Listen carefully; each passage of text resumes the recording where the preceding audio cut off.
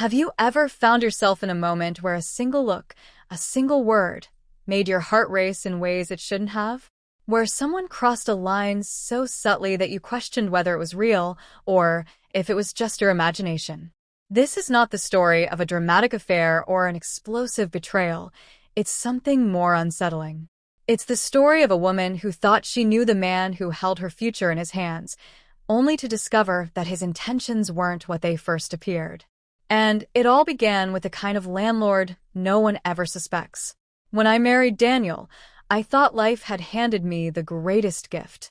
We were college sweethearts, two kids who didn't have much in the way of material possessions, but who were rich in the things that mattered: dreams, hope, and the belief that love alone could get us through anything.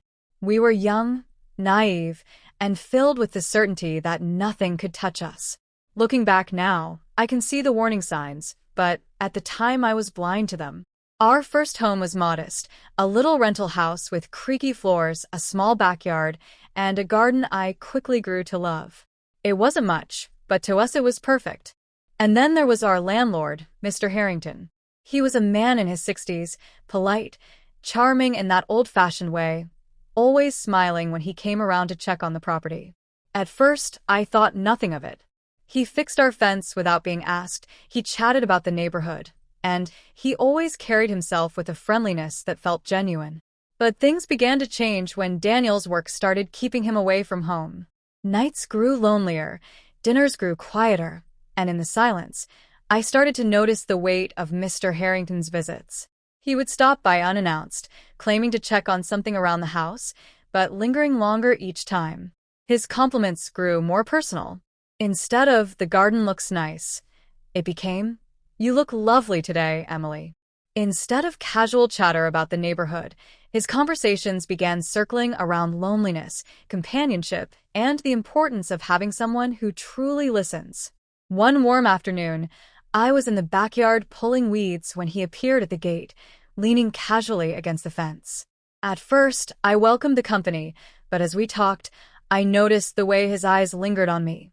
Not in a passing glance, but with an intensity that made me feel both exposed and strangely vulnerable.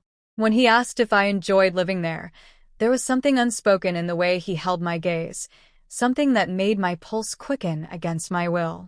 I smiled politely, trying to brush it off, but the weight of that moment lingered long after he left. It was a Tuesday night when the tension finally became undeniable. Daniel was away on a business trip, and I was curled up in bed with a book when the doorbell rang. My heart leapt into my throat. It was unusual for anyone to visit so late. When I opened the door, there he was, Mr. Harrington, smiling as though it were the most natural thing in the world. He claimed he was just passing through and wanted to make sure everything was all right. Against my better judgment, I let him in. We sat in the living room, and almost immediately, the air shifted. He sat too close, his knee brushing against the couch where my hand rested. His gaze was steady, unflinching, and it made me nervous.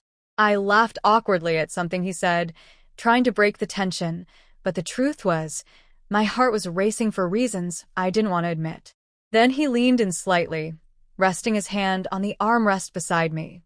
"You know," he said softly, "it's rare to find someone like you. Someone who listens. Someone who cares." On the surface, it sounded innocent enough, but the way he said it carried weight. His voice was low, almost tender, but there was something in his tone that made my skin prickle. I pulled my legs closer to my chest, creating distance between us. He noticed, and with a small smile that didn't quite reach his eyes, he whispered, "I didn't mean to make you uncomfortable, Emily. I just wanted you to know how special you are." I couldn't speak. My throat was dry, my chest tight. All I could do was sit frozen as he stood, smiled once more, and left me with a promise that he'd check in again soon. When the door closed, I sat staring at it, trembling.